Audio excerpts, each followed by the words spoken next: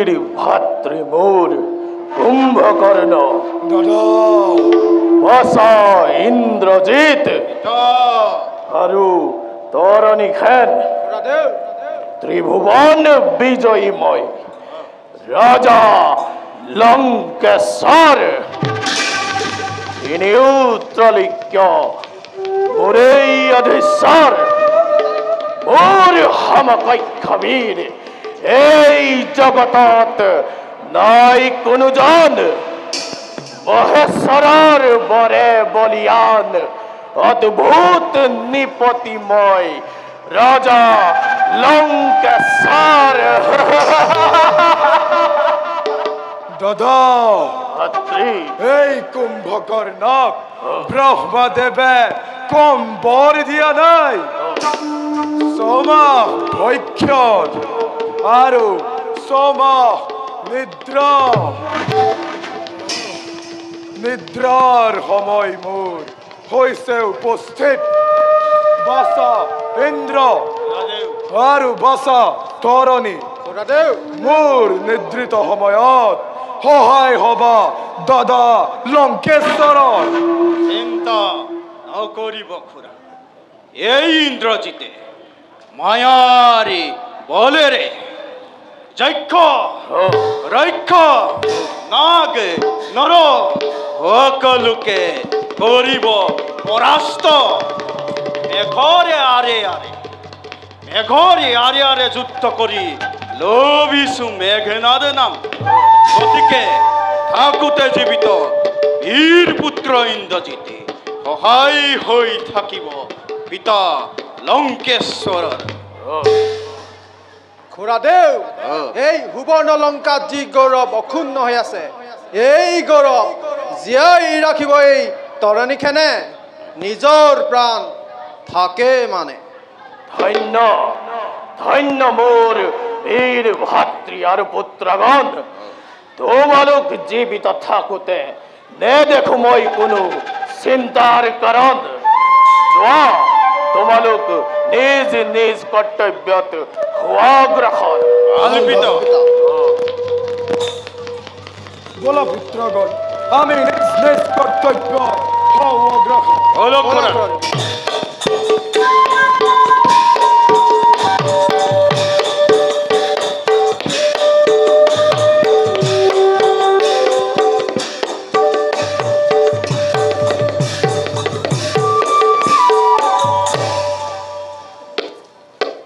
দাদা লঙ্কেশ্বর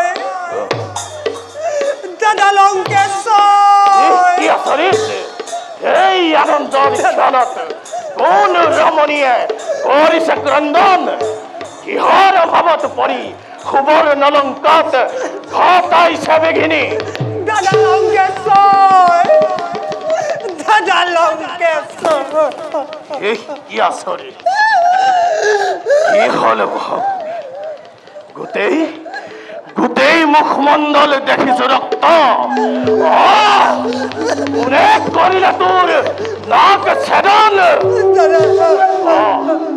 ভগ্নী কোনে জন্মপত তাৰ দেৱান দানৱ ব্ৰাহ্মণ ক্ষত্ৰিয় ভগ্নী সোনকালে কওঁ দাদা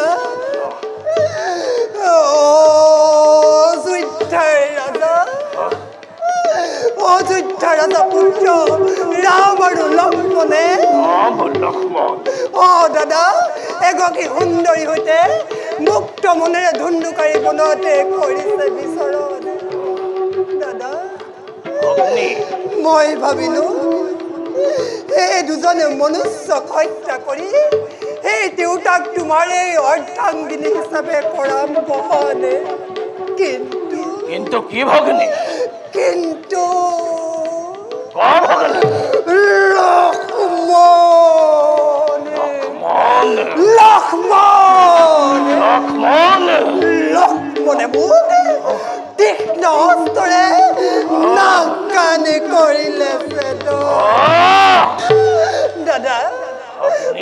বিষতে প্ৰাণ যায় দাদা মোৰ বিষতে প্ৰাণ যায় কি কলি ভগ্নী তোক সামান্য মনুষ্যই কৰিলে নাক ছেদন দাদা লক্ষ্মণ সামান্য মানুহ ইমান স্পৰ্ধা ভগ্নী বল দেখুৱাই দে ক'ত সিহঁতৰ বাসস্থান ৰ'বা দাদা সহজ উপায়ে শত্ৰুক নাশ কৰাটো বুদ্ধিমানৰ খেল গতিকে দাদা তুমি যদি ৰাম লক্ষ্মণৰ ভাজ্যা সীতাক হৰণ কৰি আনিব পাৰা তেতিয়া ৰাম আৰু লক্ষ্মণে সীতাৰ হুকত আত্মঘাতী হ'ব যোৱা দাদা নিজ কৰ্তব্যত হোৱা অগ্ৰসৰ উত্তম উপায় ভগ্নী দাদা তই অলপো শোক নকৰিবি তোৰেই আশা মই কৰিম পূৰণ এতিয়া যা ভগ্নী খন্তেক বিশ্ৰাম লগৈ ভাল দাদা দাদা প্ৰতিশোধ লক্ষ্মণ দাদা লক্ষ্মণ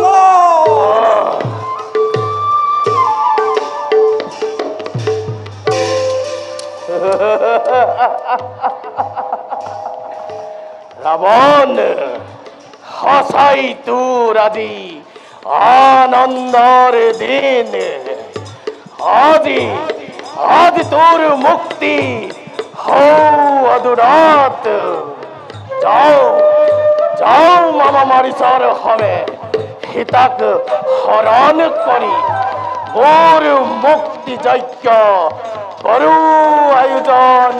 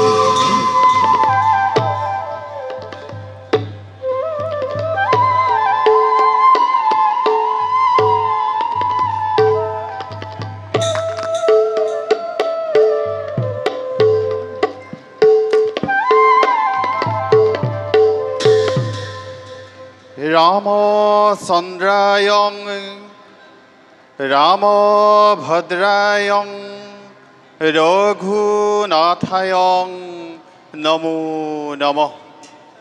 हे प्रभु राम, नाजानो तब पूजार विधि किदरे करिब लागे तब पूजा समापन। प्रभु तुष्ट हई अधमर प्रति गहने करक मोरे ভক্তি পুষ্পাঞ্জলি। শুনা শুনা শুনা শুনা শুনা দুষ্ট তোমাৰ ভক্তি অবিলম্বে পাবা তুমি মোৰ দৰ্শন। অবিলম্বে পাবা তুমি মোৰ দৰ্শন। দেৱতা সেয়া জ্যোতিময় দেৱতাই কৰিছে আকাশীবাণী। ধন্য ধন্য বিভীষণ, ধন্য তোৰি জীৱনে, ধন্য তোৰি জীৱনে যাত্ৰা হ'ল আৰম্ভনে। অচিৰেই অচিৰেই পাবি তই দেৱতাক দৰ্শন।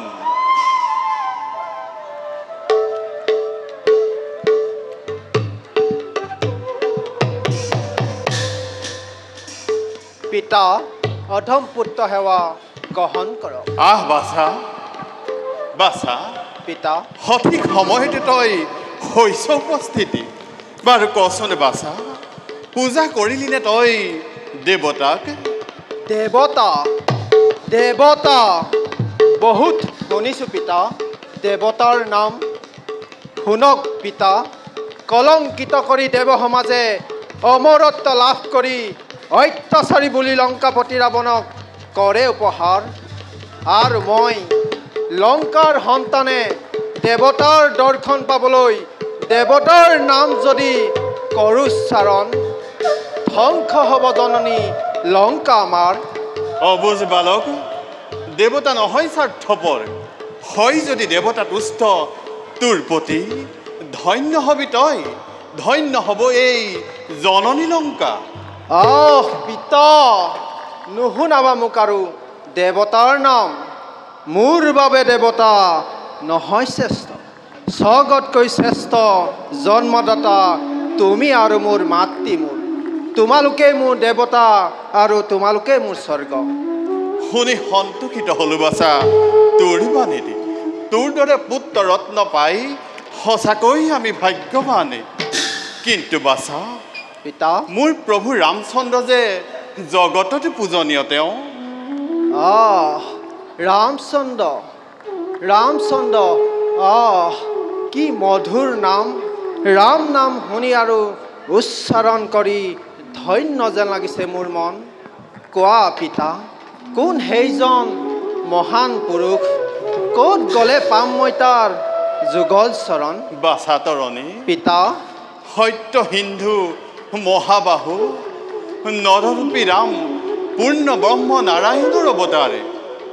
জগতৰ কল্যাণৰ হেতু এই ধৰাধামতে ৰামৰূপে হৈছে অৱতাৰ। পিতা বাছা তোমাৰ বাক্য আজি মই নেদেখিও দেখিলোঁ ৰামক, নিচিনিও চিনিলোঁ ৰামক।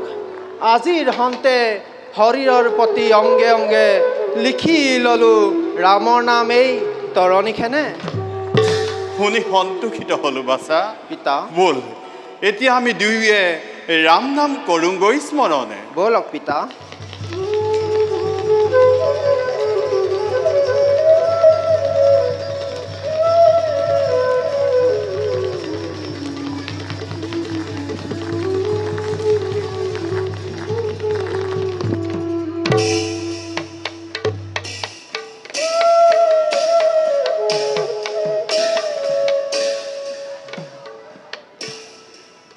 আজি কেইবাদিনো হ'ল দাদাৰ কোনো সম্ভেদ মই নাপালো বিচাৰি, কিন্তু দাদাই মোক গৰ্তৰ ভিতৰতে যাবলৈ কৰিছে মান্তি। কিন্তু কি কৰোঁ মই, কলৈ যাওঁ, ক'ত গ'লে পাম মই মনতে শান্তি।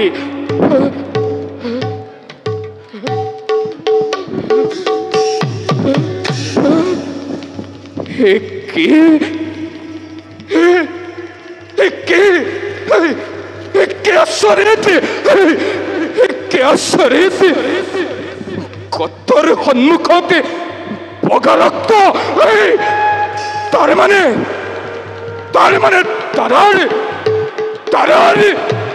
মৃত্যু হৈছে। নাই নাই নাই, দাদা দাদা দাদা দাদা তুমি তুমি এয়া কি কাম কৰিলা দাদা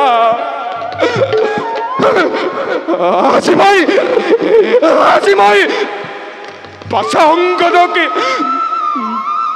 দাদাৰ মৃত্যুৰ কথা কিদৰে মই কৰিম প্ৰকাশ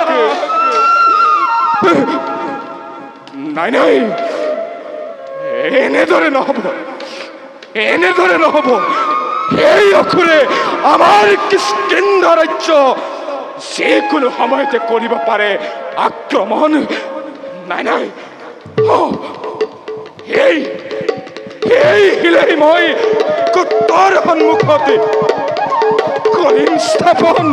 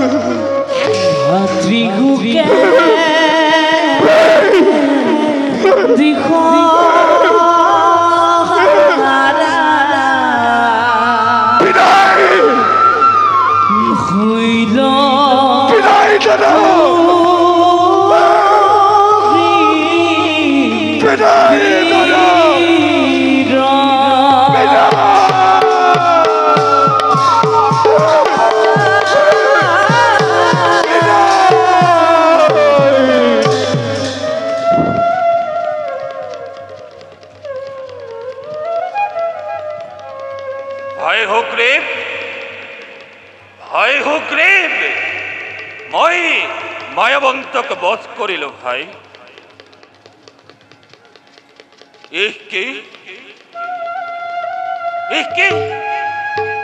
গৰ্তৰ সন্মুখত এইটো হিল ভাই সুগ্ৰীৱ তই নামাত কিয় বুজিছো মোৰ জীৱন্ত কালত কিষ্কিন্ধাৰ অধীশ্বৰ হোৱাৰ আশাৰে তই গৰ্তৰ সন্মুখত এই শিলটো দি থৈ গলি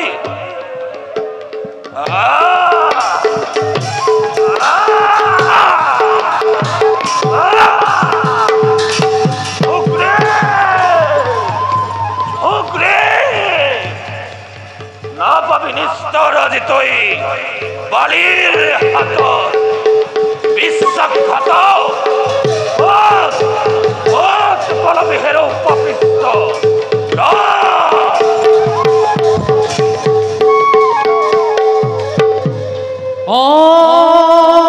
হৰি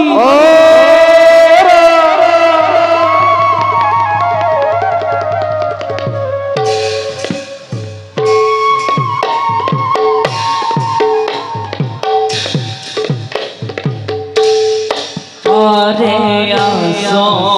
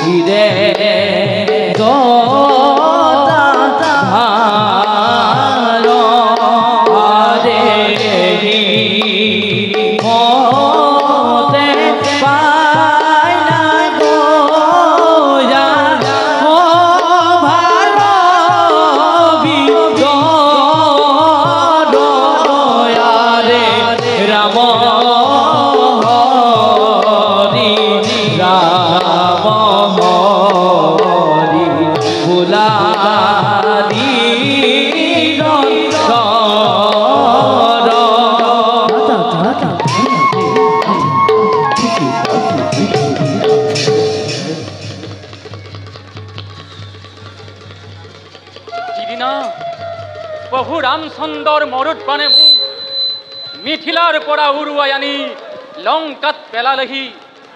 সেইদিনাই মই বুজিলোঁ মোৰ বল বীৰ্য দম্ভ অহংকাৰ সকলো অসাৰ। এতিয়া সংসাৰৰ মায়া মোহ পৰিত্যাগ কৰি মই তপস্যা আৰম্ভ কৰোঁ।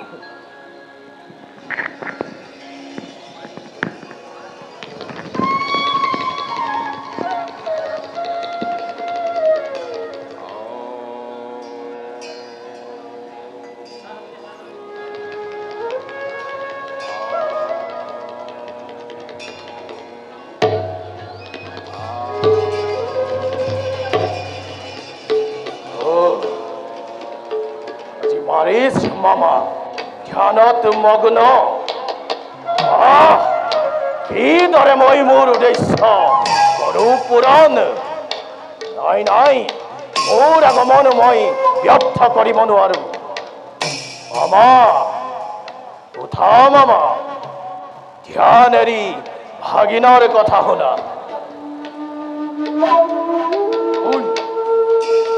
কোনে মোৰ ধ্যান ভংগ কৰিলে? লংকেশ্বৰ, কোৱা কিবা হেতু আহিলা মোৰ আশ্ৰমে? উদ্দেশ্য বেকট কৰা। মামা তুমি মোৰ পৰম হিতাকাংক্ষী। এদিন তোমাক সাৰথী হিচাপে লৈ স্বৰ্গৰ ইন্দ্ৰক কৰি পৰাস্ত অমৰাৱতীৰ ৰাজসিংহাসন কৰিছিলো অধিকাৰ। সেইদৰে আজিও তোমাৰ সহায়ৰ মোৰ হৈছে প্ৰয়োজন। কোৱা ভাগিন, মই কি সহায় তোমাক কৰিব লাগে যাৰ বাবে তুমি লংকাৰ পৰা আহিছা মোৰ সমীপে? অযোধ্যাৰ ৰজা দশৰথৰ পুত্ৰ ৰাম আৰু লক্ষ্মণে এজনী সুন্দৰী ৰমণীক লগত লৈ দন্দুকাৰণ্যত কৰিছে বাস।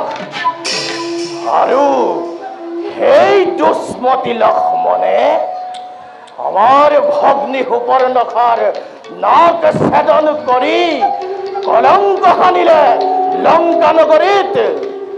আৰু ইয়াৰ উচিত প্ৰতিশোধৰ বাবে ৰামৰ ভাৰ্যা সীতাক মই হৰণ কৰিব বিচাৰো মামা। ৰাৱণ, তুমি ইয়াত কি কথা কৈছা?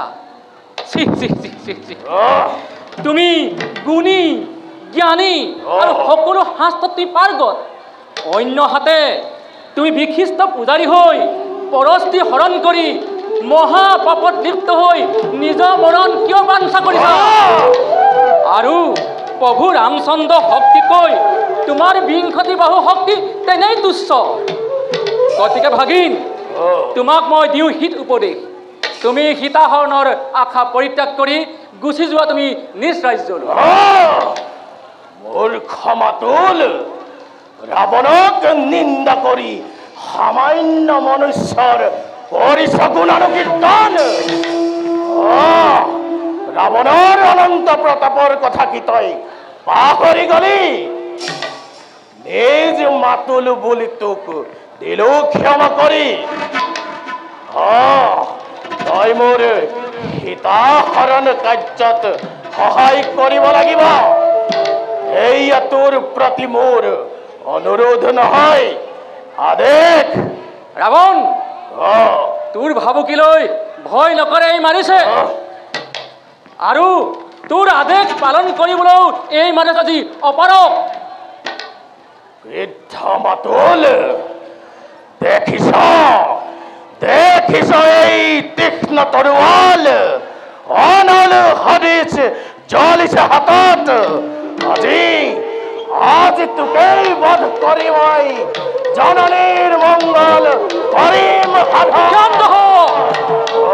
ক্ষান্ত হ মূৰ্খ, মাতুল সত্য যে মহাপাপ তই নাজান? মোক অলপ ভাবিবলৈ সময় দে। তোক মই কিছু সময় সোনকালে স্পষ্ট সমিধান দে। মোর আদেশ মানিবি নে নামান? কি কৰো মই যে নিৰুপায়। ৰাৱণৰ যদি মই আদেশ পালন কৰি ৰাৱণৰ আদেশ পালন নকৰোঁ তেন্তে মই ৰাৱণৰ হাতত মোৰ মৃত্যু অনিবাৰ্য। আৰু যদি ৰাৱণৰ আদেশ পালন কৰি মই স্বৰ্ণমৃগ ৰূপ ধাৰণ কৰোঁ তেন্তে প্ৰভু শ্ৰীৰামচন্দ্ৰ হাতত মোৰ মৃত্যু নিশ্চিত।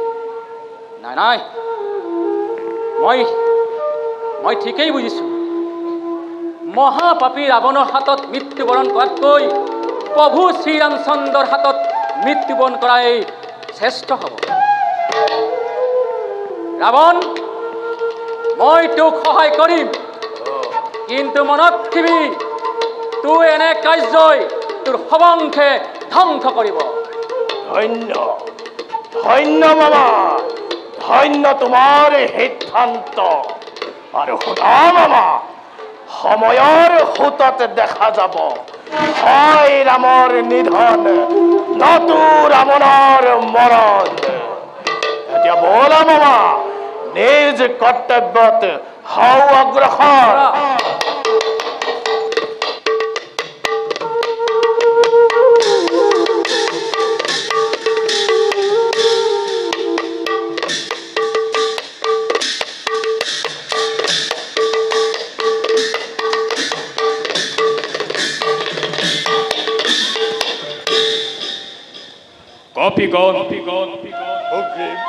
দাদাৰ মৃত্যুৱে অশেষ কষ্ট দিলে প্ৰাণত, কিন্তু কেনেকৈ ভৱিষ্যত দিনত মই ৰাজ্য কৰিম শাসন? ধৈৰ্য ধৰা সুগ্ৰীৱ, তুমিয়েই যদি অধৈৰ্য হোৱা মহাৰাণী আৰু অংগদক কোনে সান্তনা দিব? তাৰোপৰি আমাৰ বাহিৰা শত্ৰুৱে আমাৰ ৰাজ্য আক্ৰমণ কৰিবলৈ সুবিধা পাব। হনুমন্তই সঁচা কথাই অৱতাৰণা কৰিছে। মহাৰাজাৰ মৃত্যু হ'ল বুলি আমি দুৰ্বল হোৱাটো অলপো উচিত নহয়।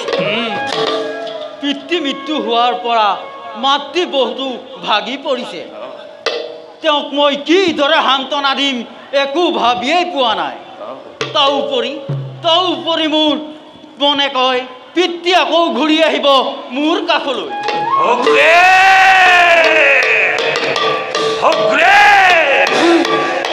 দাদা, তই কিয় গপ্তৰে মুখত হিল্লি থৈ আহিছে? দাদা, আৰু মোৰ জীৱন্ত কালত তই কিষ্কিন্ধাৰ ৰাজ্য কৰিৰ অধিকাৰ আৰু পাপী কপিগণ তহঁতিও এই পাপিষ্ঠৰ লগত কিষ্কিন্ধাৰে ৰাজকাৰ্যতে সহায় কৰিছ। দাদা আৰু বাচাংগত পিতা, তয়ো এই পাপিষ্ঠৰ লগতে কিয় ৰাজকাৰ্যতে সহায় কৰিছ? পিতা, আপোনাক পুনৰ পাই মই নিজকে ভাগ্যৱান বুলি ভাবিছোঁ। পুৰা একো দুখ কৰা নাই। আপোনাৰ দুখতে তেওঁ নিজেই ভাগৰ কৰিছে। বাচাংগত পিতা, তই এতিয়াও সৰু হৈ আছ। ইদৰে পুৰা নহয় দাদা, ইমৰে ভাতৃ নহয়, ই এটা কাল। দাদা, ক্ষমা কৰা দাদা, ধৰিছো চৰণত। মই সত্যৰ সন্মুখত বগা ৰক্ত দেখি তোমাৰ মৃত্যু হ'ল বুলি ভাবিছিলো দাদা। আৰু সেই অসুৰে আমাৰ ৰাজ্য আক্ৰমণ কৰে বুলি মই গত্তৰ সন্মুখত প্ৰকাণ্ড শিল কৰিলো স্থাপন। মোকে ক্ষমা কৰা দাদা, মোকে ক্ষমা কৰা। সঁচা কথা বালিৰাজ, সুগ্ৰীৱে কোনো ভুল কৰা নাই। তেওঁক তুমি ক্ষমা কৰি দিয়া। কপটীয়া হনুমান আৰু ভাতৃদ্ৰোহী সুগ্ৰীৱ, দয়া নাই, ক্ষমা নাই। আজি বলিৰ আগত তোক আজি সন্তে দিলো মই নিৰ্বাসন। আঁতৰি যা এই মুহূৰ্ততে কিষ্কিন্ধাৰ পৰা।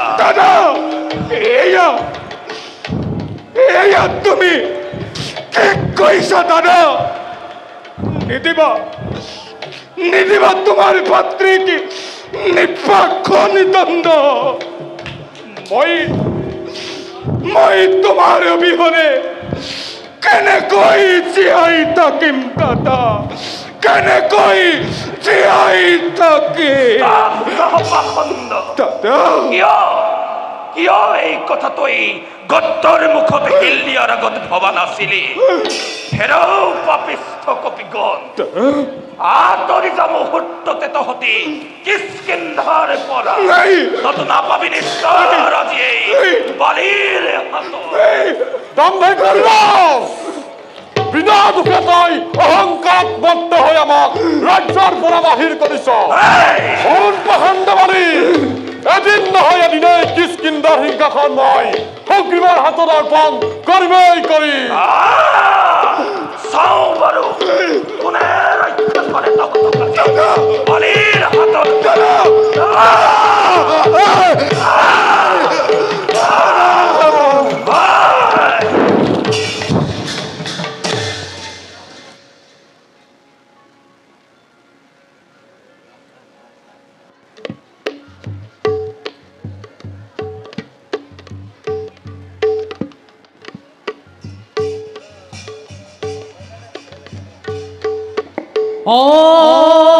হৰি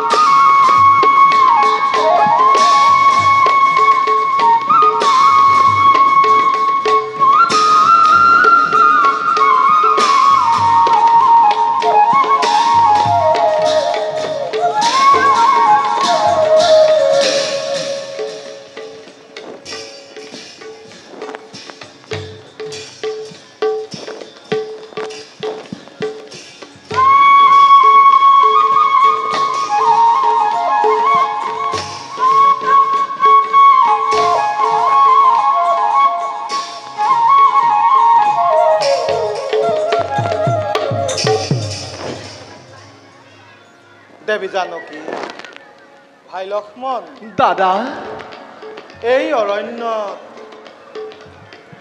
ৰাক্ষসৰ উপদ্ৰৱ দিনক দিনে বাঢ়িব ধৰিছে। সঁচা দাদা।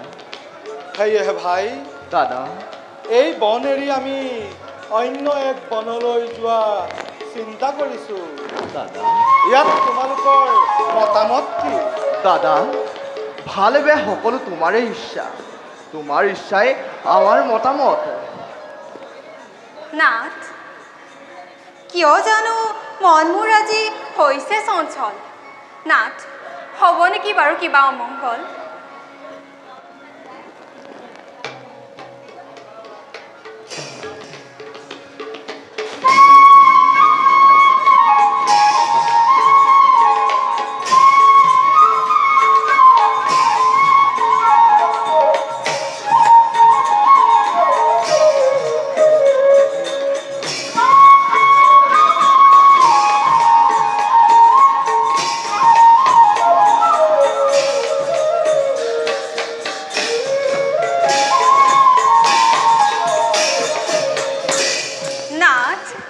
আশ্চৰ্যচোন এই উপবন।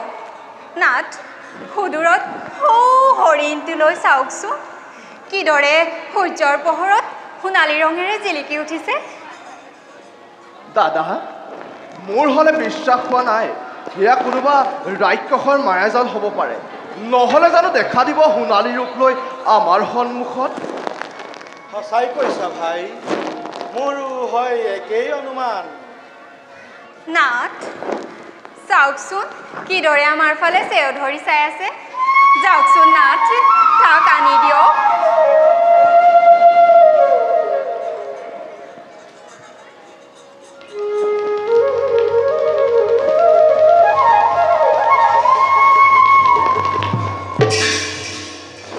ভাই লক্ষ্মণ, দাদা, মই জানকীৰ আজ্ঞা পালি যাওঁ হৌ হৰিণৰ কাষে। তুমি জানকীক ভালদৰে নিৰীক্ষণ কৰিবা। আপোনাৰ আদেশ শিৰোধাৰ্য দাদা।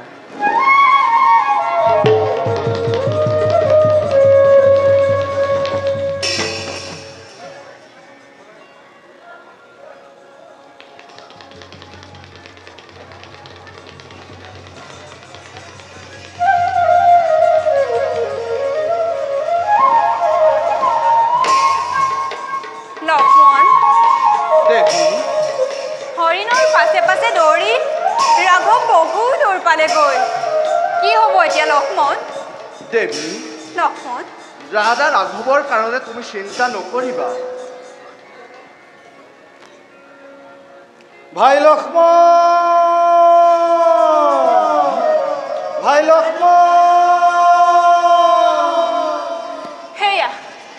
সেয়া শুনা লক্ষ্মণ, ৰাঘৱে তোমাক সহায়ৰ বাবে কৰিছে আহ্বান। যোৱা লক্ষ্মণ, তুমি ৰাঘৱক কৰাগৈ সহায়। দেৱী নকৰিবা চিন্তা সমলি। মায়াৰে আৱৰাই বনে পদে পদে মায়াৰ হয় চাতুৰি বিৰাজমান। ভাই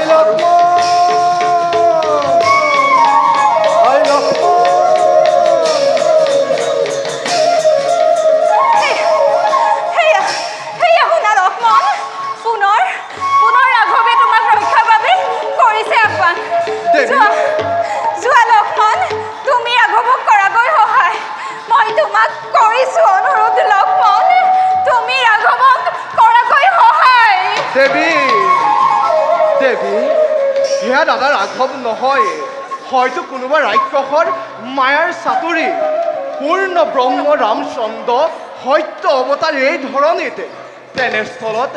তেনেস্থলত তাৰ সাধ্য আছে সিজনক ঘটাব প্ৰমাদ। তাৰোপৰি দেৱী দাদাই তোমাৰ ৰক্ষা দায়িত্ব মোকেই কৰিছে প্ৰদানে। তেনেস্থলত দেৱী তুমি মিছাতে ব্যাকুল নহবা। পাপমতী দুৰাত্মা লক্ষ্মণ, বুজিছো সকলো মই। তই কি আশা বুকুত বান্ধি এই থৈ কাৰেঙত নিজৰ তিৰোতা বন যাত্ৰী হলি আমাৰ। ধিক তোৰ ভাতৃস্নেহ। দেৱী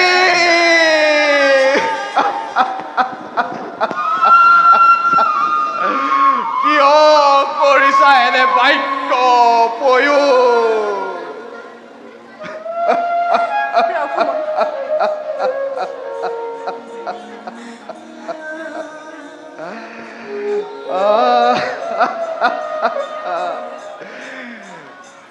আতৰ হকুলাংগাৰ দেখিলে তোৰ এই কলংকিত মুখ পাই চিত্ৰ হ'ব লাগিব সতী তিৰোতাই।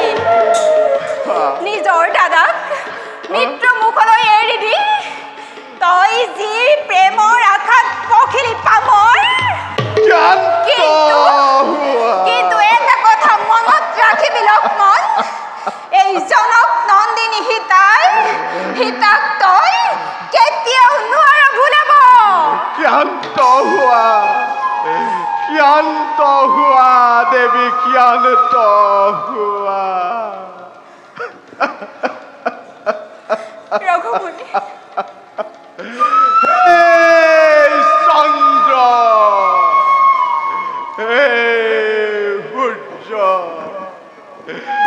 হে দেৱতা মণ্ডলী,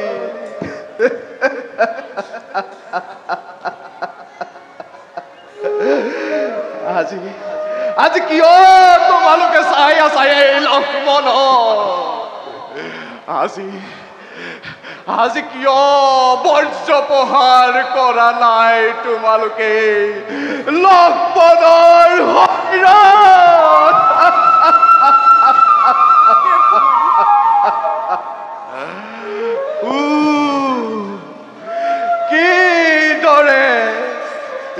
কিদৰে শুনি থাকো এনে মোৰ মাহত বছৰ।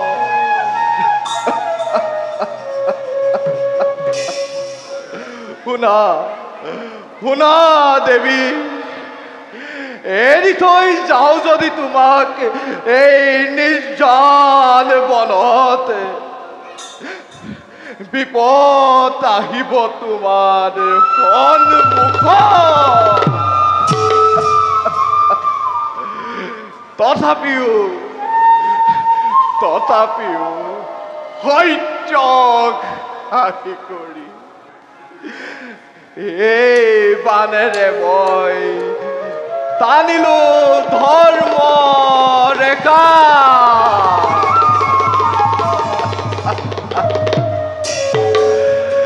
টানিলো মই ধৰ্ম ৰেখা।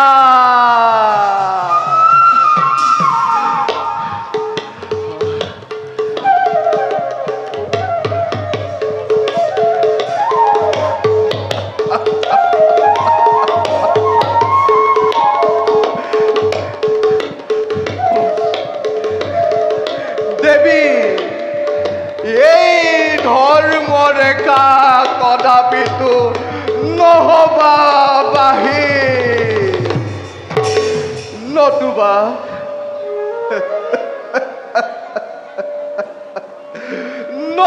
বিপদ আহিব তোমাৰ সন্মুখত। বিদায় বিদায় দেৱী, বিদায়।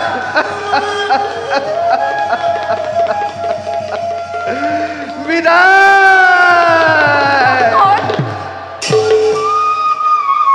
যোৱা লক্ষ্মণ, মিছাতে দাৰুণ আঘাত দিলো মই লক্ষ্মণৰ অন্তৰত। যাওঁ খন্তেক কুটিৰতে বিশ্ৰাম কৰোঁ। এটা কাটিলো।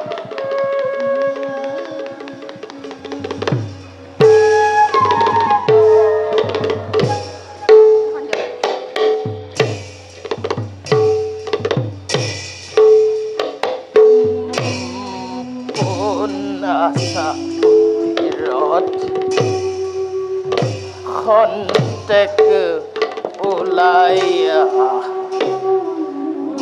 মই এজন দৰিদ্ৰ ব্ৰাহ্মণ, অনাহাৰ অনিদ্ৰাই জৰ্জৰিত মোৰ প্ৰাণ।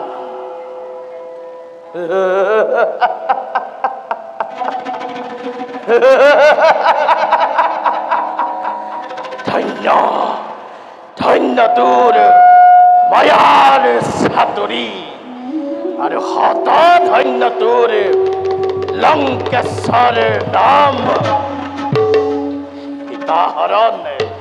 সীতাহৰণ আজি তোৰ একমাত্ৰ ব্ৰত। যাওঁ কুটিৰৰ পৰা সীতাক কৰোগৈ হৰণ।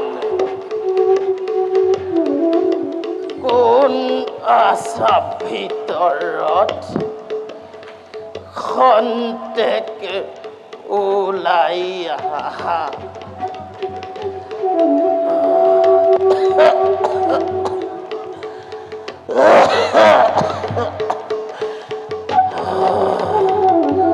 কোন আছা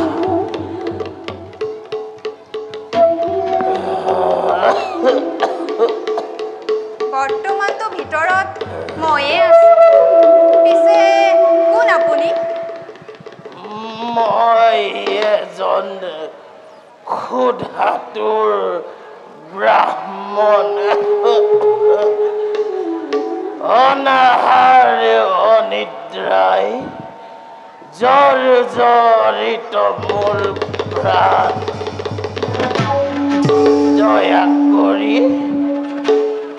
দয়া কৰি ৰক্ষা কৰিবানে মোক মৰণৰ কবলৰ পৰা।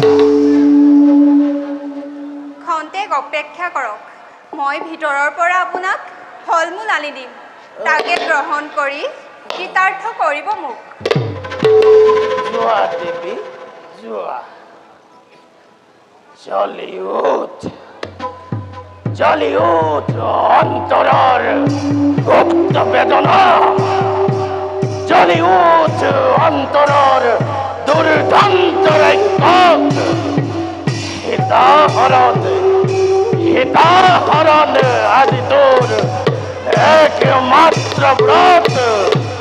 যাও যাও আগবাঢ়ি কুটিৰৰ পৰা সীতাক কৰোগৈ হৰণ।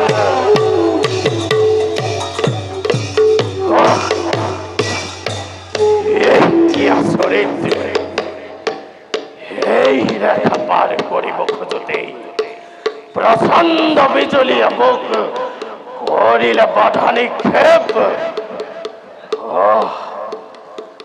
বুজিছো লক্ষ্মণে এই ৰেখা টানি সীতাক বিপদমুক্ত কৰিছে, কিন্তু নাজানিলে মূৰ্খই এই ৰাৱণৰ শক্তি আৰু পৰাক্ৰম কিমান। চলে বলে ইম্বা কৌশলে হলেও আজি সীতাক হৰণ কৰিবই লাগিব।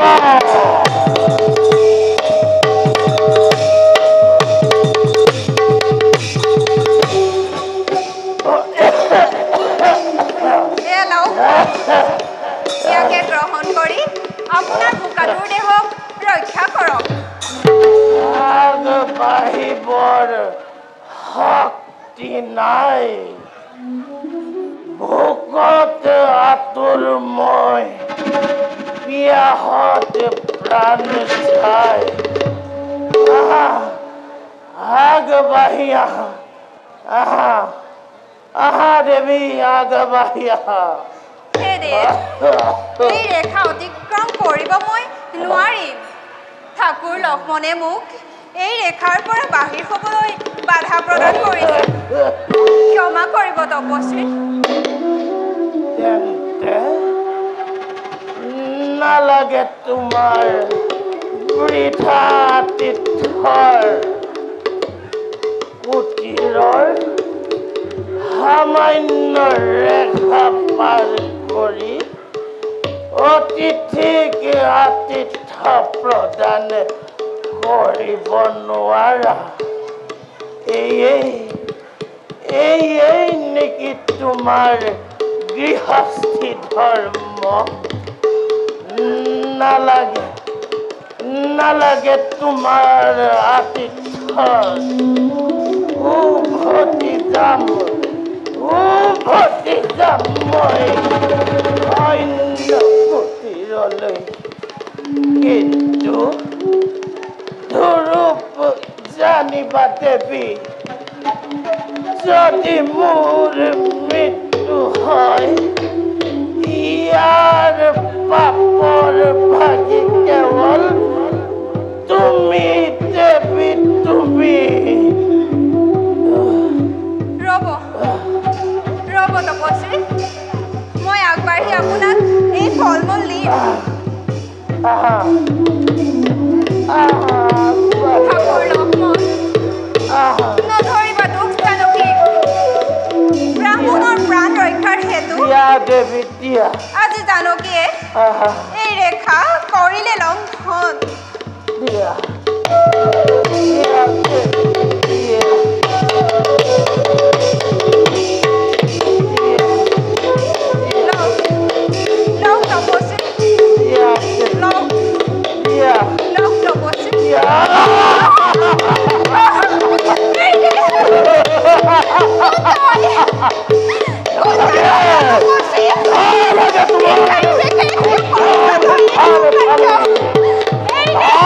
परिवर्तन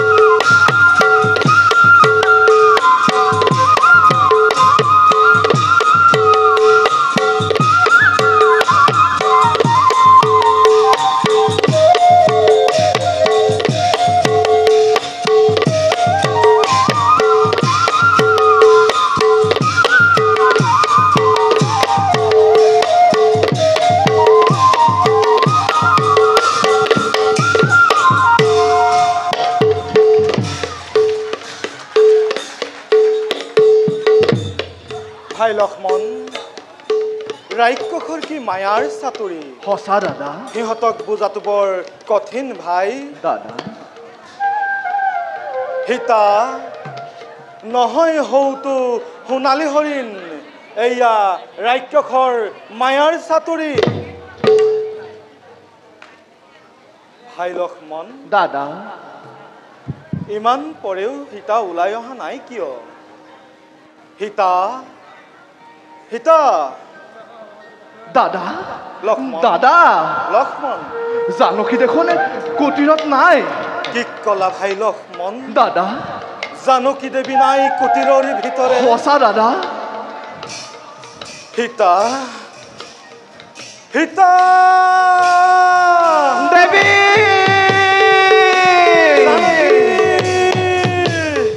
দেৱী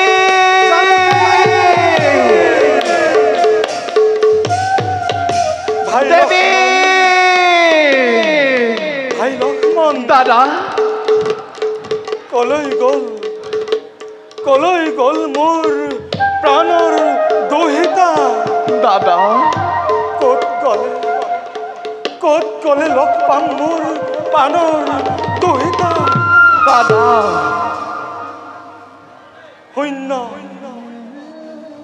শূন্য কৰি পঞ্চৱতী বন দাদা শূন্য কৰি ৰামৰ হৃদয় দাদা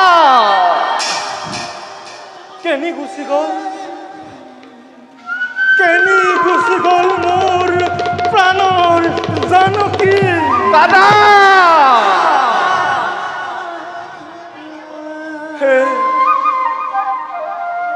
হে জগতবাসী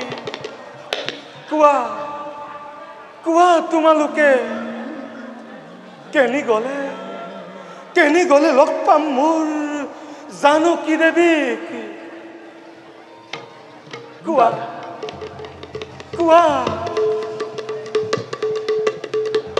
দাদা দাদা দাদা নিস্তব্ধ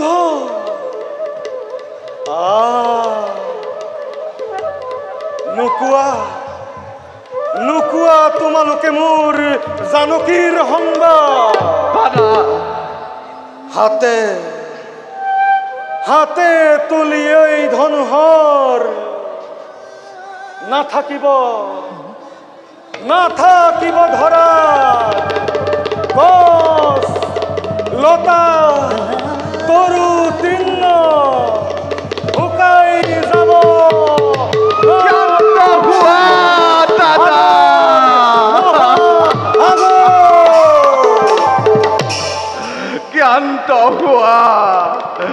ক্ষান্ত হোৱা দাদা ক্ষান্ত হোৱা আজি তোমাৰ আদেশ উলংঘা কৰাৰ বাবে এনে কাৰ্য ঘটিবলৈ পালে দাদা দাদা ইয়াত তোমাৰ দাদা কোনো দুখ নাই ভাই লক্ষ্মণ দাদা এইবোৰ সকলো মোৰেই দুখ দাদা আজি মোকতো পদঘাত কৰি মুক্ত কৰা এই সংসাৰৰ পৰা দাদা ভাই লক্ষ্মণ দাদা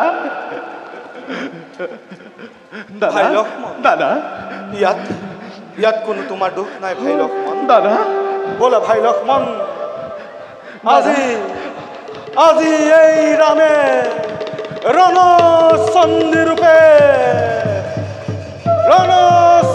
ৰূপ লৈ উদ্ধাৰি আনিম দেৱী জানকী দাদা এয়া চোৱা জানকী বনমালা ভাই লক্ষ্মণ দাদা সঁচাই জানকী এই ফুলৰ মালা দাদা নিশ্চয় এই পথে গ'লে জানকী সন্ধান পাম দাদা ব'লা ভাই লক্ষ্মণ ব'লা দাদা ব'লা ভাই লক্ষ্মণ ব'লা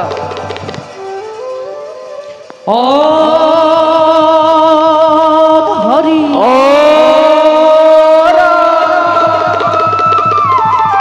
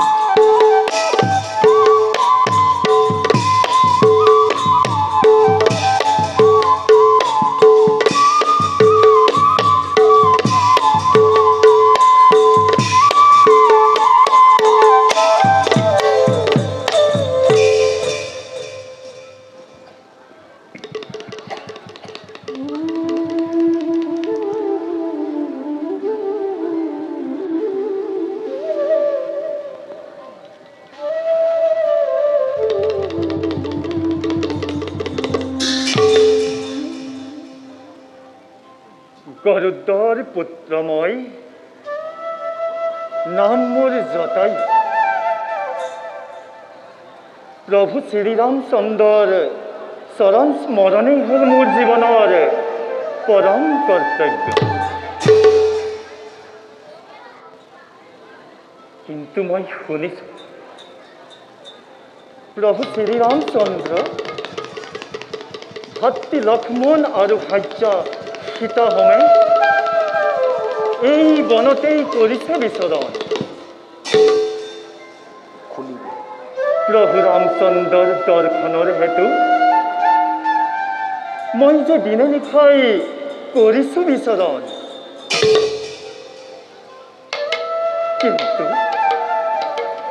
কিন্তু কোন দিশে গ'লে পাম মই প্ৰভু ৰামচন্দ্ৰৰ দৰ্শন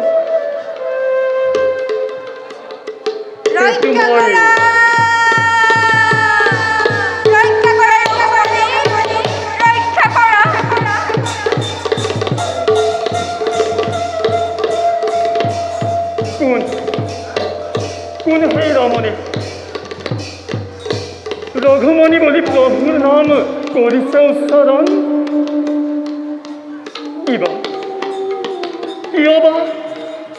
কিয় বা ৰক্ষা কৰা বুলি কৰিছে কন্দন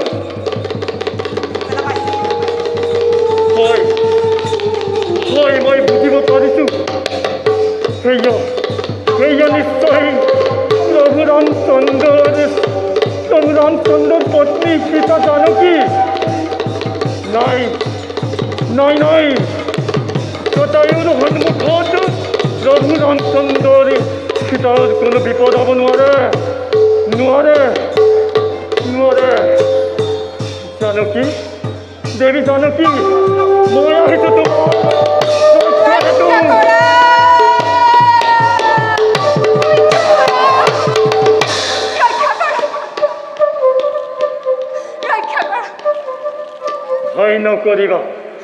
ভয় নকৰিবা দেৱী জানকী তোমাৰ ৰক্ষাৰ বাবে এই জটায়ু তোমাৰ সন্মুখত সাৱধান লম্পট ৰাৱণ ৰজা হৈ পৰৰ স্ত্ৰীক হৰণ কৰিবলৈ তোৰ লাজ নালাগিল মুখ্য তই এতিয়াও সময় আছে তোৰ ওচৰত প্ৰভু শ্ৰীৰামচন্দ্ৰৰ পত্নী সীতাক উভতাই দে নহ'লে তোৰ স্বৰ্ণলংকাৰ হৈ যাব মূৰ্খ পক্ষী তই প্ৰচণ্ড ৰাৱণৰ পথ বন্ধ কৰি মৃত্যুক আমন্ত্ৰণ নিদিবি আঁতৰি যা তই মোৰ সন্মুখৰ পৰা নহ'লে তোৰ মৃত্যু জানিবি নিশ্চয় বেশ তেন্তে হেৰিয়া হওক ৰাৱণ আজি তোৰ মুণ্ড শিথিল কৰি উদ্ধাৰ কৰিম মই জানকীক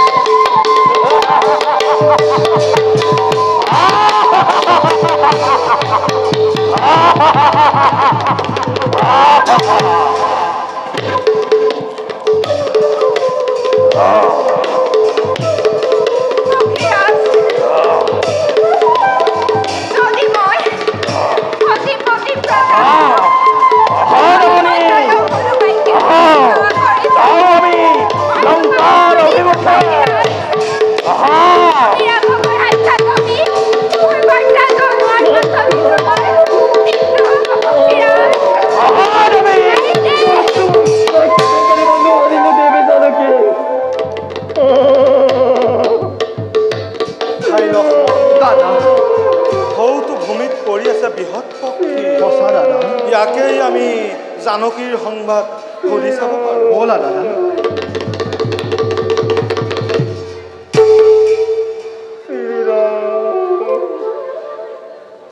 কোন তুমি কিয় পৰি আছা এনে ভূমিৰ মধ্যত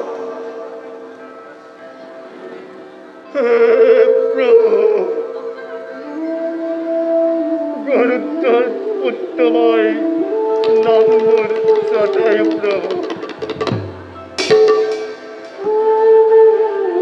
আপোনাৰ ভাৰ্য জানকী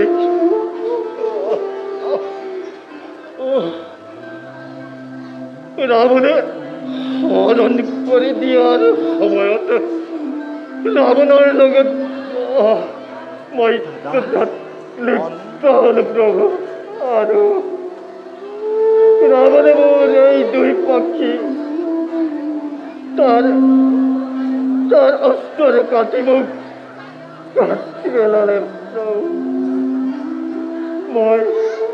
মই দেৱী জানকীক ৰক্ষা কৰিব নোৱাৰিলো প্ৰভু দাদা ভাই লক্ষ্মণ জটায়ু হে প্ৰভু কোন এইটো দুষ্ট ৰাজ্য কিবা নাম কিবা ধাম কেনি গ'লে লগ পাম সেই দুষ্ট ৰাক্ষসক শুনক হে ৰঘুবৰী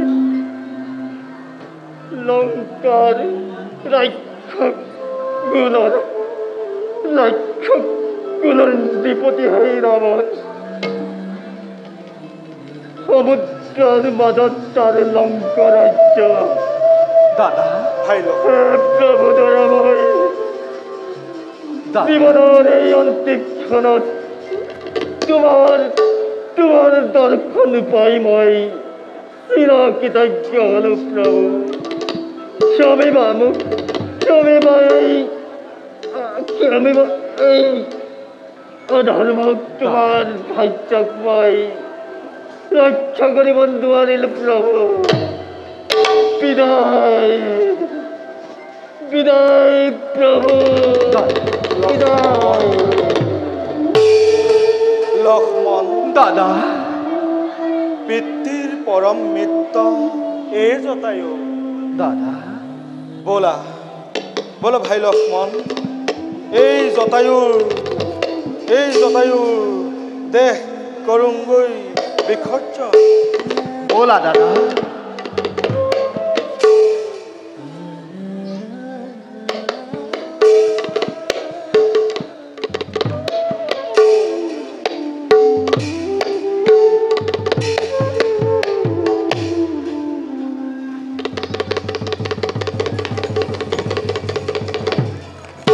হনুমান স্বৰ্ণ হ'ল আজি মোৰ সোণালী সপোন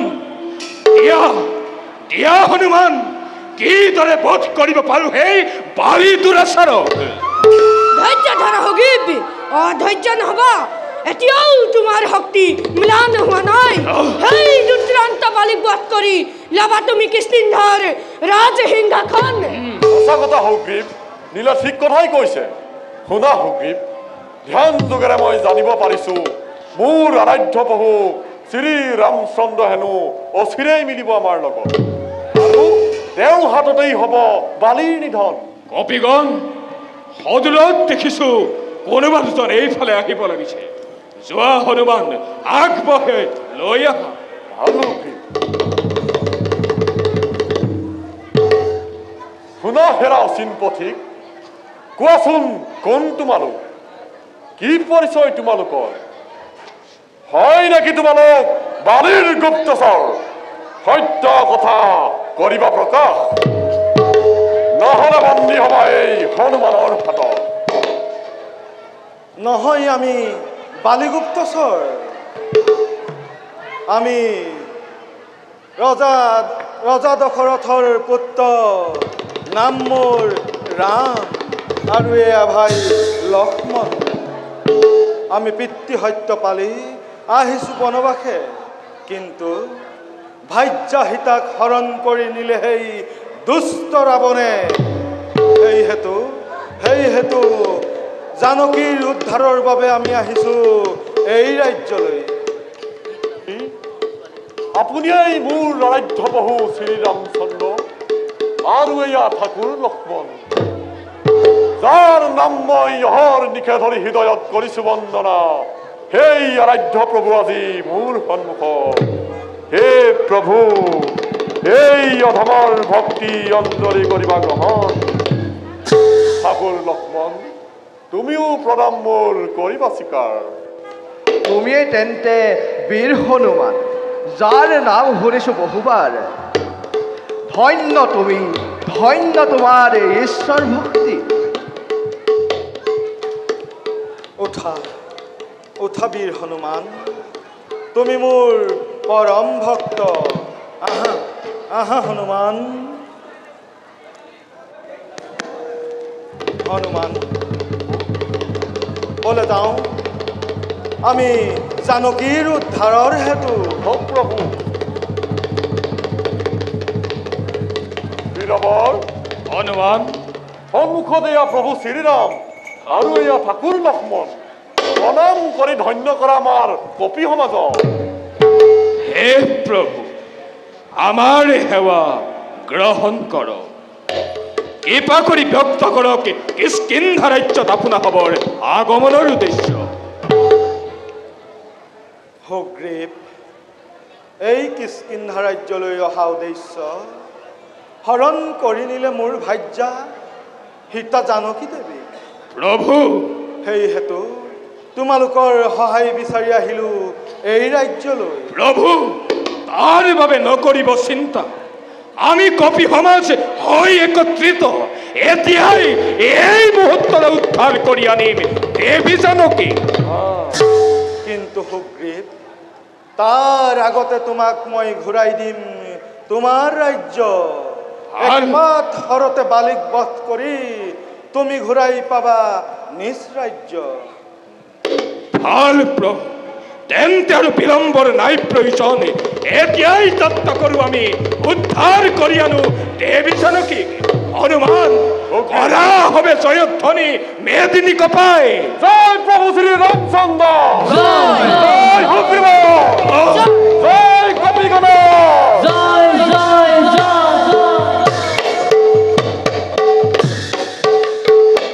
সোনি জানি রামচন্দ্রে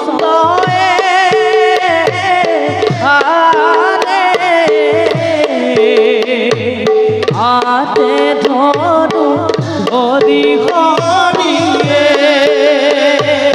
অঙ্গেশ্বরে কপি গণে দেখি দেখু হর হরিয়ে।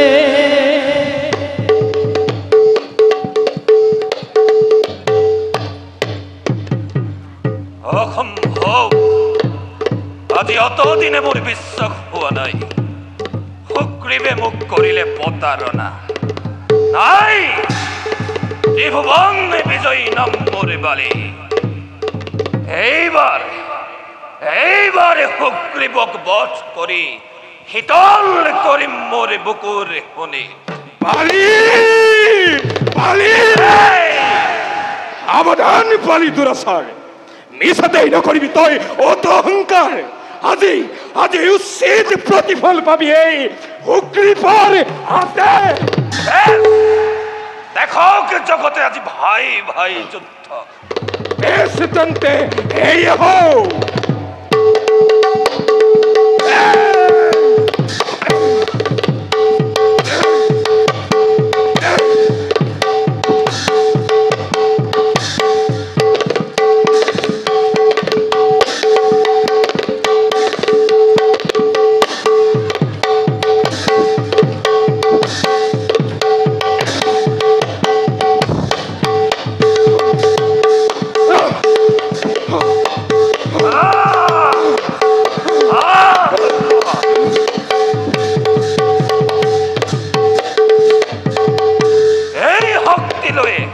বালিৰ লগত যুদ্ধ কৰিবলৈ আহ সুগ্ৰীৱ।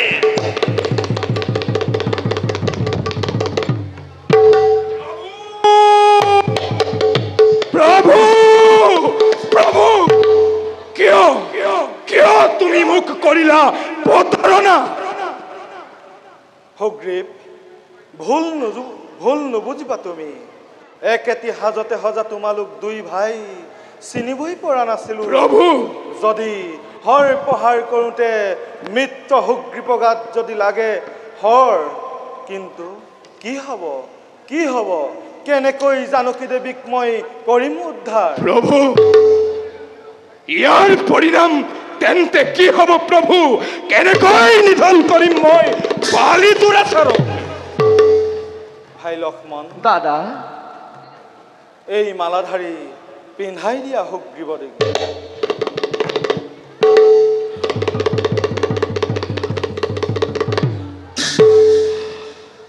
যোৱা সুগ্ৰীৱ তেন্তে হে হ'ব প্ৰভু এতিয়াই এই মুহূৰ্ততে মই উপস্থিত হ'ম ৰণক্ষেত্ৰত বালি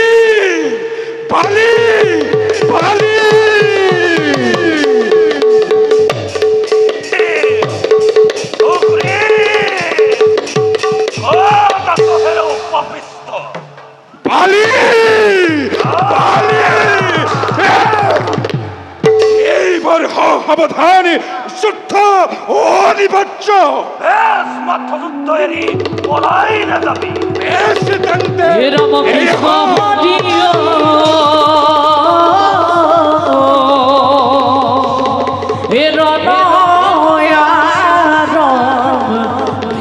কৃষ্ণ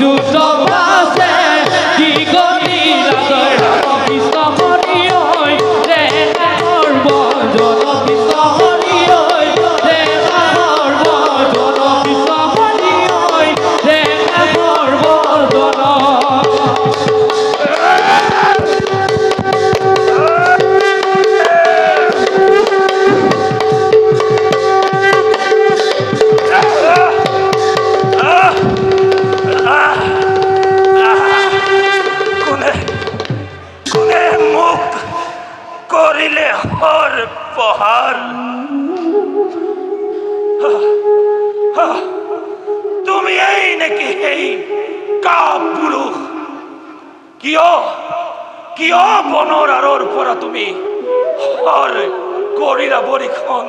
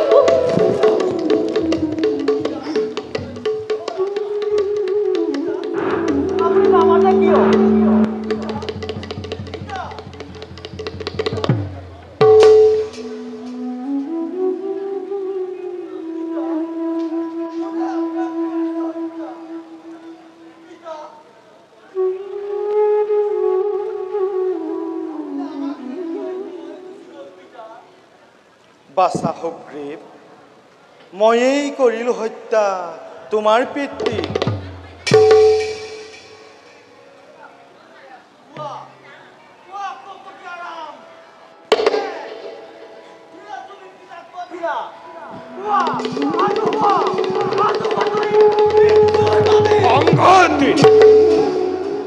মিছাতে নকৰিবা হত অভিমান প্ৰভু সংগত বয়সত বালক তাৰ বাবে মই আপোনাৰ ওচৰত ক্ষমা ভিক্ষা মাগিছো প্ৰভু এতিয়া আৰু বিলম্বৰ নাই প্ৰয়োজন বলক প্ৰভু বালিৰ পেটকাৰ্য কৰি সমাপন আপোনাৰ দেৱী জানকীক উদ্ধাৰৰ বাবে আমি সৌকৈ প্ৰস্তুত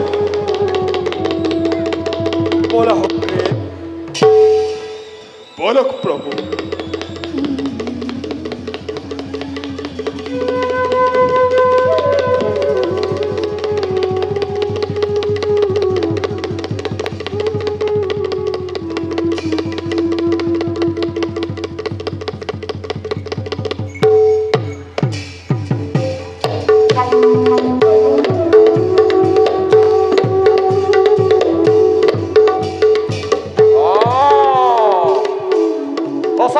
বিচিত্ৰ এই বন মাতৃ সীতাদেৱীক দৰ্শন কৰি মই পুনৰ প্ৰভু শ্ৰীৰামৰ কাষে যাব লাগে কিন্তু তাৰ আগতে এই বনৰ ফল মূল খাই মোৰ ভোক মই কৰো নিবাৰণ কিন্তু মই ৰামৰ ভক্ত যেতিয়া এই বন ধ্বংস কৰি প্ৰভু ৰামৰ শক্তিৰ মই দিম প্ৰমাণ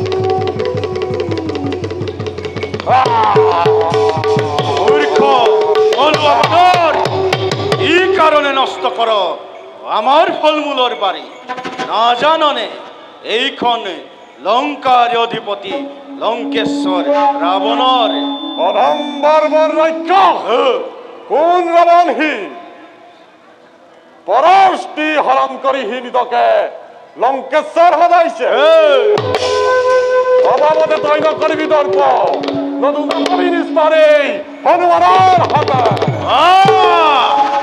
অমান্য বান্দৰৰ ইমান অহংকাৰ কোন মূৰ্খ তোৰ নিচিনা মলুৱা এটালৈ কৰ্ণপাত নকৰে ইন্দ্ৰজিতে দলু তুলি মই ব্ৰহ্মাস্ত্ৰবান পাৰ যদি ব্যৰ্থ কৰ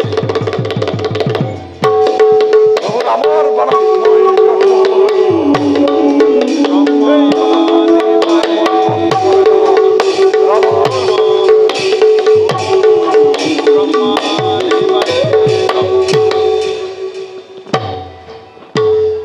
মূৰ্খ লৈ যাওঁ তোকে পিতাৰ কাষে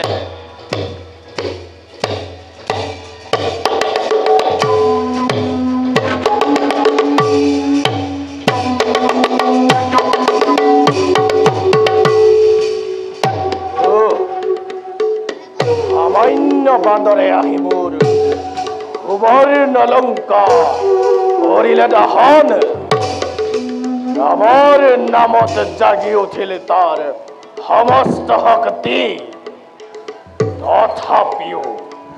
তথাপিও মই লংকেশ্বৰ ৰাৱণ যেতিয়া জাগি উঠিব মোৰ সুপ্ত শোণিত প্ৰলয়ৰ ঘোষণা হ'ব এই কাৰণে দাদা এয়া তুমি কি কাম কৰিছা কিয় পলই আনিছা তুমি জননী লংকাতে জানানে দাদা সীতাক উদ্ধাৰিবৰ বাবে আহিব ৰামচন্দ্ৰ সেয়েহে তোমাক মই কৰিছো মিনতি সন্মানে তুমি সীতাদেৱীক ঘূৰাই দিয়া আৰু সন্ধি কৰা ৰাঘৱৰ লগতে তেতিয়াহে ৰক্ষা হ'ব জননী লংকা ৰক্ষা হ'ব ৰাক্ষসকুল হয় বিভীষণ দাদা লংকাৰ সন্তান হৈ কিয় কৰিছ তই ভীৰুৰ দৰে আচৰণ মোৰ মৃত্যু হ'ব সামান্য মনুষ্য ৰামৰ হাতত মৃত্যু যাওক ৰখাতলে সমস্ত লংকা তথাপিতো এই ৰাৱণে নকৰে ভূক্ষেপ লংকেশ্বৰ মই ত্ৰিভুৱন বিজয়ী সৰ্বশক্তিমান কৰিম গ্ৰহণ, তথাপিও নকৰো মৃত্যতা সেই ভিক্ষাৰী ৰাম লক্ষ্মণৰ লগত। দাদা, ৰাম সামান্য মনুষ্য নহয়, তুমি প্ৰত্যক্ষতে পাইছা তাৰ প্ৰমাণে।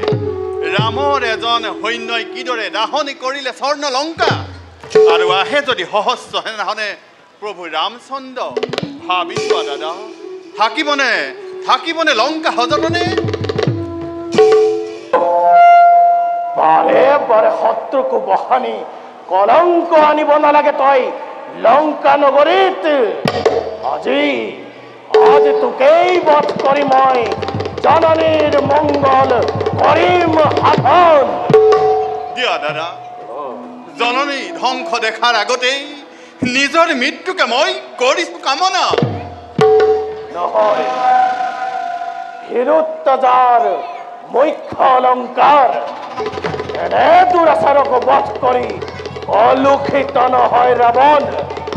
আঁতৰি যা তই মোৰ সন্মুখৰ পৰা। মই লংকাধিপতি ৰাৱণে দিছো তোক নিৰ্বাসন দণ্ড। দাদা, হিত উপদেশী দিয়াৰ বাবে তুমি মোক দিলা নিৰ্বাসন দণ্ড। দাদা, মই তোমাকে কৰিছো মিনতি, বন্ধ কৰা এই আন্দোলনে, নহলে ধ্বংস হব জননী লংকা। বন্ধ কৰা দাদা। বাৰে বাৰে শত্ৰুকো বখানি কলংক আনিছ তই লংকা নগৰীত। আঁতৰি যা তই মোৰ সন্মুখৰ পৰা। তোৰ যদি দেখো তোক মই সন্মুখ সমৰত, তোৰ জানিবি নিশ্চয়।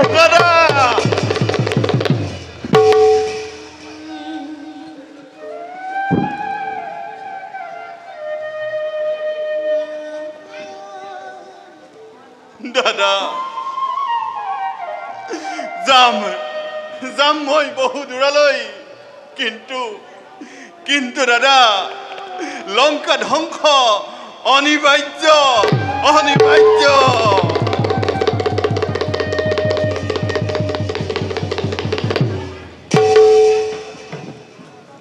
ভাই লক্ষ্মণ, দাদা আৰু কপিগণ, প্ৰভু আহি পালো আমি লংকাৰ দুৱাৰ। সেয়েহে সকলোতে প্ৰস্তুত হোৱা যুদ্ধৰ বাবে। দাদা, কোনোবা এজন এইফালে আহিব লাগিছে। প্ৰভু, মায়াবী ৰাক্ষস যেন হয় অনুমান। হে প্ৰভু ৰঘুকুলমণি, প্ৰণামিছো তজু চৰণতে। কোৱা বীৰবৰ, কিয় আহিলা তুমি আমাৰ সমীপে?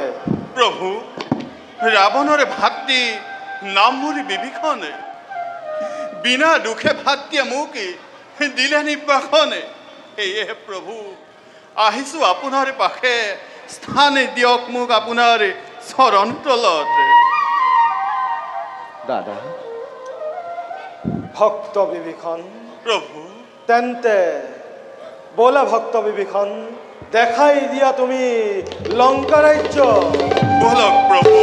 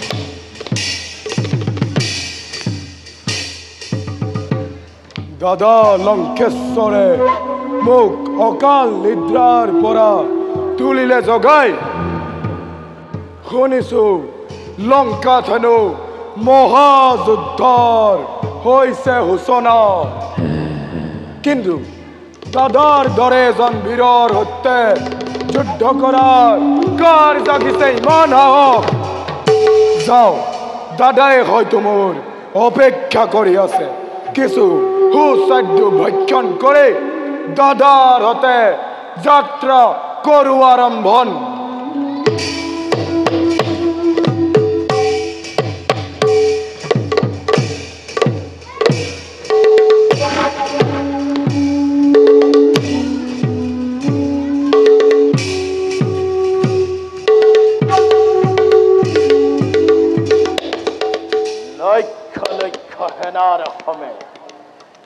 পুত্ৰ ইন্দ্ৰজিতে কৰিছিল ৰণ এনে যুদ্ধৰ সময়ত ভাতৃ কুম্ভকৰ্ণক জগাবৰ বাবে পঠাইছিল দূতক কিন্তু অতপৰেও আহি পোৱা নাই ভাতৃ কুম্ভকৰ্ণ যাওঁ যাওঁ কাৰোবাক পঠাই হাতীৰ সম্ভেদ লংগৈ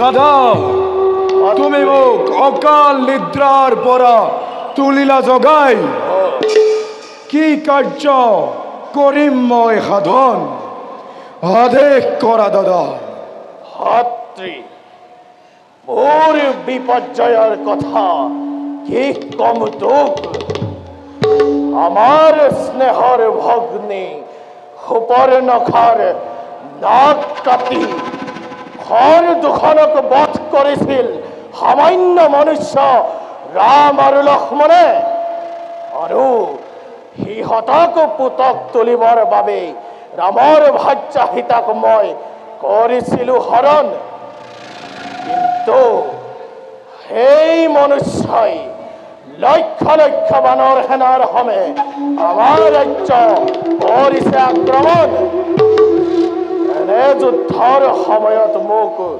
তোৰ সহায়ৰ হৈছে প্ৰয়োজন দাদা তুমি মহাজ্ঞানী হৈও কিয় পৰৰ তিৰোতাক কৰিলা হৰণ সেয়েহে তাৰ পৰিণাম পাইছা ভীষণ তথাপিও জ্যেষ্ঠ ভাতৃ তুমি মোৰ তোমাৰ আদেশ পালিবলৈ সদায় আছো প্ৰস্তুত ধন্য ধন্য ভাতৃ ধন্য মই তোৰ পৌৰুষ বচন শুনি এতিয়া বলা ভাতৃ যুদ্ধৰ বাবে হওগৈ প্ৰস্তুত বলা দাদা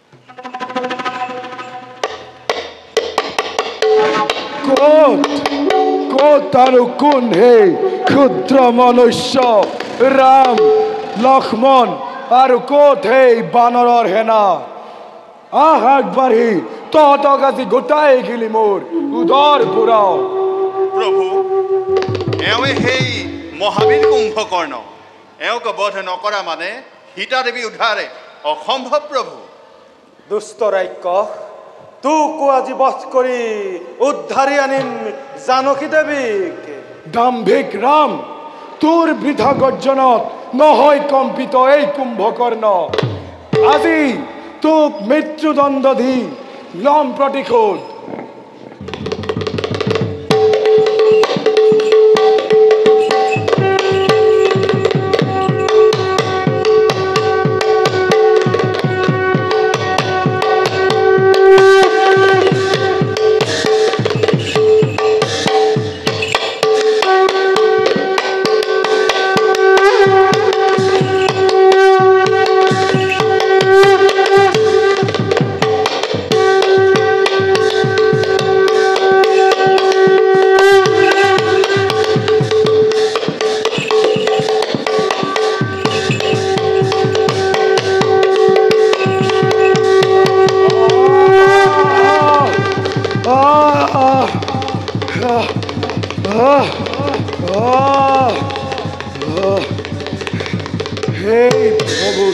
ৰামচন্দ্ৰ আপুনি মোক ক্ষমা কৰি দিব বিদায় বিদায় বিদায় হৰি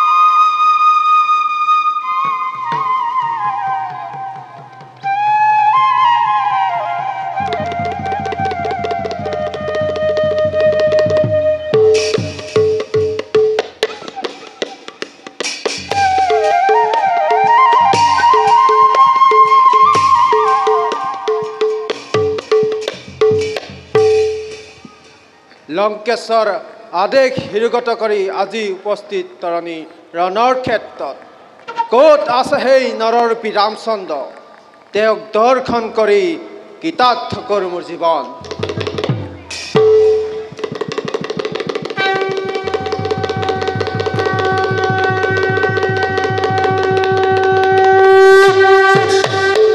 হে ৰাম ৰঘুমণি অযোধ্যা নন্দন দিন দয়াশীল তুমি পতিত পাৱন আনন্দিত হৈছোঁ আজি মই তোমাৰ দৰ্শনে তুষ্ট হোৱা মোৰ প্ৰতি ঠাই দিয়া তজু চৰণ তলে দাদা এই ৰাক্ষসৰ প্ৰতি তুমি মোহিত নহবা ইয়াক আক্ৰমণ কৰি জানকী দেৱীক উদ্ধাৰ কৰি নিও লংকাৰ পৰা দুষ্ট ৰাক্ষস তোকো আজি পঠাওঁ আমি যমৰ নগৰে হে হক বুদ্ধদেৱ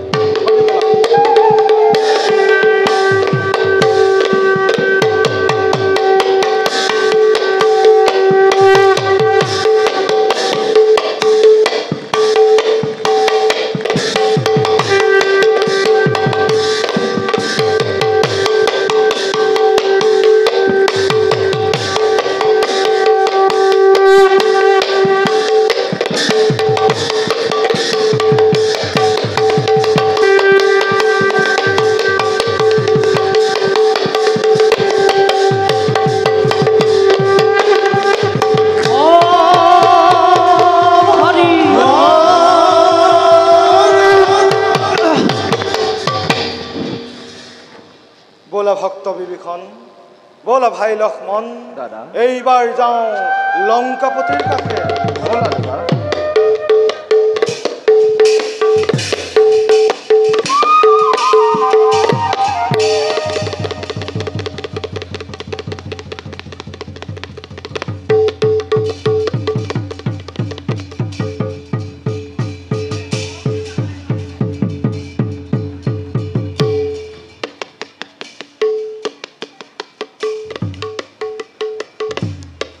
অসহ্য অতি অসহ্য ৰাক্ষসৰ মায়াৰ জালে বুজাটো সম্ভৱ নহয় দাদা ৰঘুমণি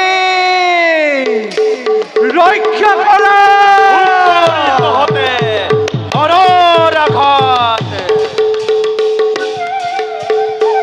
অধম ইন্দ্ৰজিৎ মেঘৰ আৰে আৰে লুকাই কিয় ৰণ কৰিছ সন্মুখবৰত তই যদি সঁচাই বীৰ পৰাজয় স্বীকাৰী কৰিলা লক্ষ্মণ ৰাক্ষসৰে মায়া যুদ্ধে বধ কৰি তহঁতক উজলাম লংকাৰ নাম অবুধ ৰাক্ষস এবাৰ তোৰ মৃত্যু বান চুৰিলো ধনত পাৰ যদি ৰক্ষা কৰ তেন্তে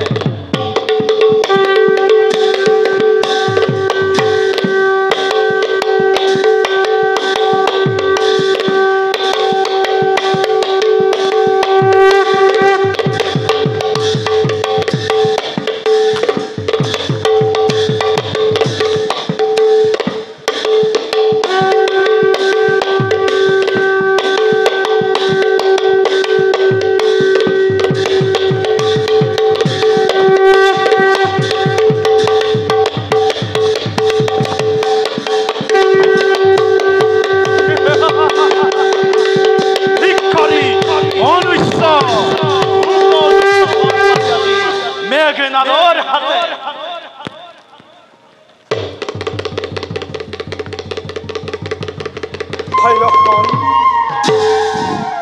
ভাই লক্ষ্মণ, কিয় পৰি আছা তুমি ভূমিৰ মধ্যে? ভাই লক্ষ্মণ, উঠা ভাই লক্ষ্মণ।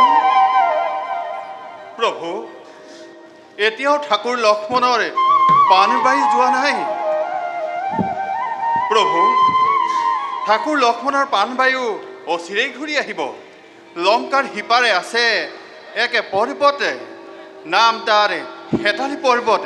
তাতেই আছে সঞ্জীৱনী বন, আৰু সেই বন আনি পিহি পাণ কৰালে লক্ষ্মণৰ প্ৰাণবায়ু ঘূৰি আহিব। যোৱা হনুমানে, তুমি অকণো পলম নকৰি হেতালি পৰ্বতৰ পৰা সঞ্জীৱনী বন লৈ আনা।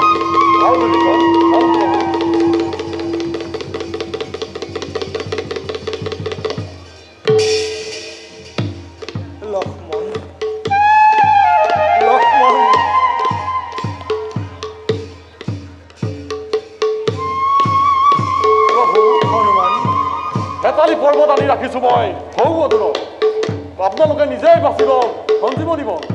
যোৱা যোৱা ভক্ত বিভীষণ, লৈ আহা তুমি সঞ্জীৱনী বন। ভাল প্ৰভু।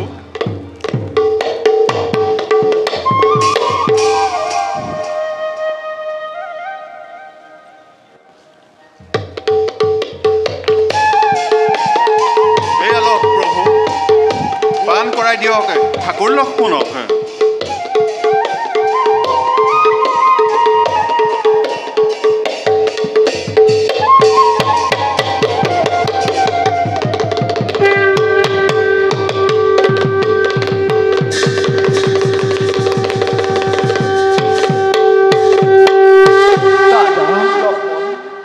দাদা লক্ষ্মণ, আহা লক্ষ্মণ। দাদা, তোমাৰ দৰে ভাতৃ পাই মই আজি নিজেই সন্তোষিত। দাদা, তোমাৰ দৰে ভাতৃ পাওঁ যে মই যুগ যুগান্তৰে। ব'লা দাদা, এইবাৰ ইন্দ্ৰজিৎ বধ কৰি লংকাৰ শেষ কৰোঁ। ব'লা ভাই লক্ষ্মণ, ব'লা ভক্ত বিভীষণ, ব'লক প্ৰভু, ব'লা কপিগণ।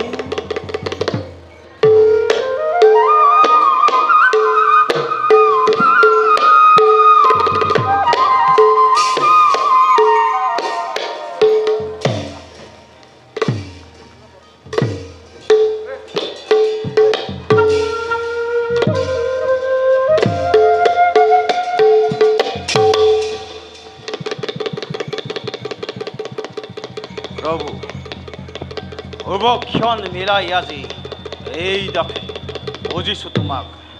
দুষ্ট হৈ মোৰ প্ৰতি বৰ দিয়া পাব, যাতে বধ কৰিব পাৰো লংকাৰে প্ৰতিটো শত্ৰুক। অবশ ৰাক্ষস, নালাগে পৌঁছিব তই দেৱতাক। ঘূৰিছা তই বধ কৰিবলগীয়া সেই লক্ষ্মণ তোৰ সন্মুখত।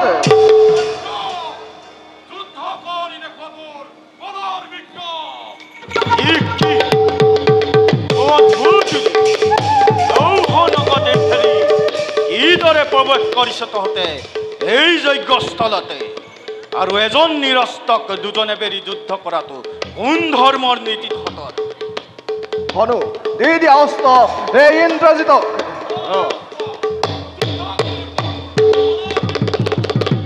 বেশ তেন্তে সেই হওক।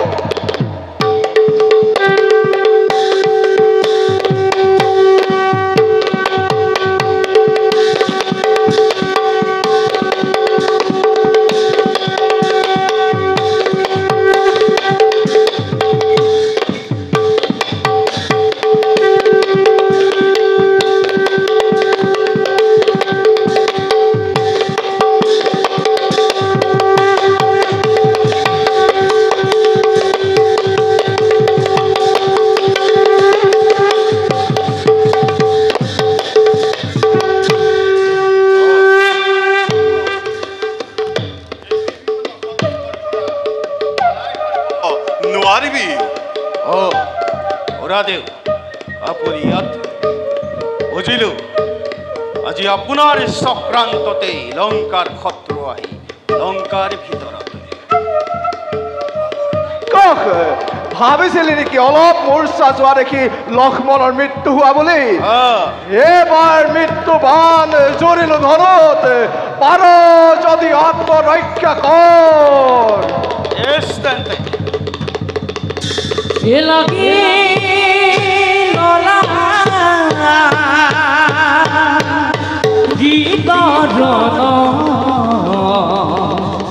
অতি ভয়ংকৰ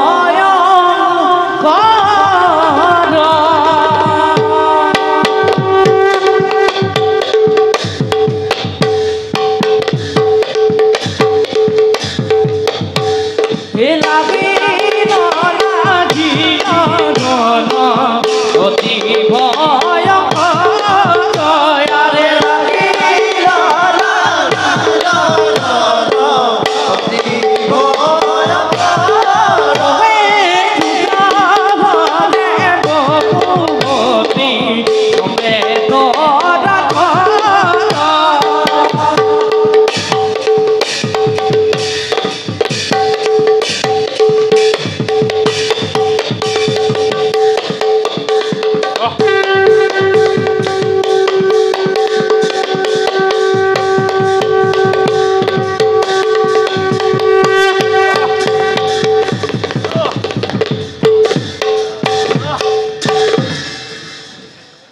ব'লা বিভীষণ আমি নিজ পথে যাত্ৰা কৰোঁ ব'লা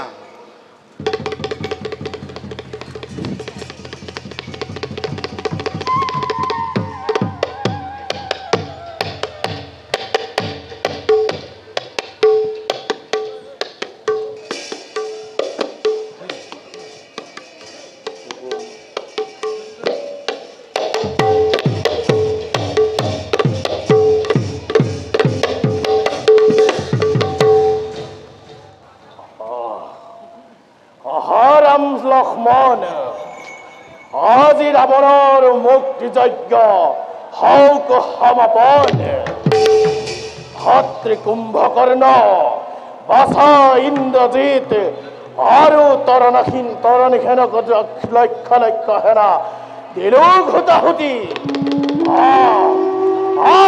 কুলংগাৰ ৰাম লক্ষ্মণ আজি তহঁতক বধ কৰি মোৰ মুক্তি যজ্ঞ কৰো আৰম্ভণ ৰাৱণ যুক্তি তৰ্ক নাই প্ৰয়োজন তোক বধ কৰি উদ্ধাৰ কৰি নিও মাতা জানকীক তেন্তে সেয়ে হওক